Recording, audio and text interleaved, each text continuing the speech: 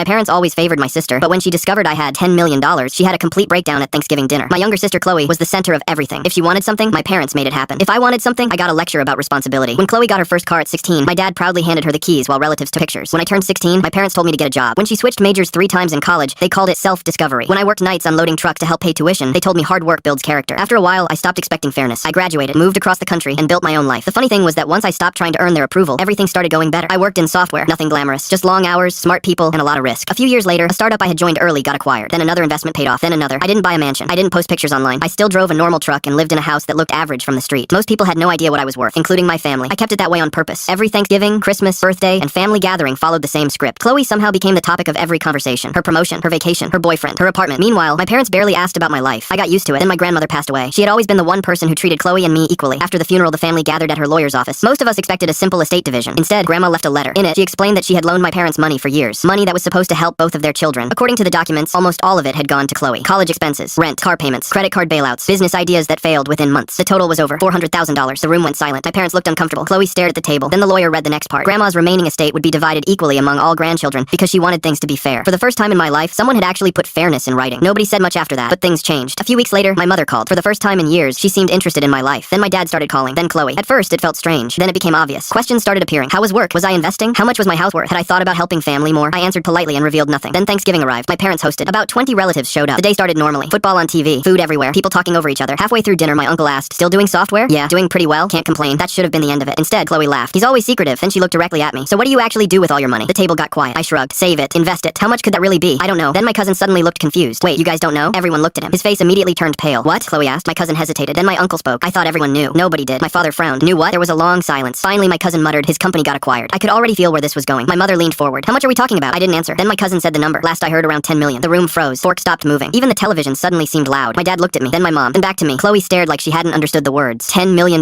Nobody spoke. The color drained from her face. Then came the questions. Was it true? When did it happen? Why didn't I tell anyone? Could I retire? The entire dinner turned into an interrogation. For years, nobody cared about my life. Now suddenly everyone wanted details. Then Chloe snapped. She shoved her chair back and pointed at me. "You just sat there pretending to be normal?" I almost laughed, as if money changed that. She started talking about family, opportunities, and how unfair life was. Then she started crying. A full breakdown right there at Thanksgiving dinner. My parents rushed to comfort her, same as always. Then my aunt asked the question nobody else wanted to ask. "Why are you upset?" The room went silent, because nobody had a good answer. I stood up, thanked everyone for dinner, grabbed my coat, and left. The next few months were interesting. Requests started arriving. Loans, investment opportunities, business partnerships, emergency situations. I declined every single one, politely. 6 months later, my parents called asking for financial help again. This time I sent them copies of Grandma's estate documents highlighting every dollar already spent on Chloe. No message, no argument, just the documents. They never asked again.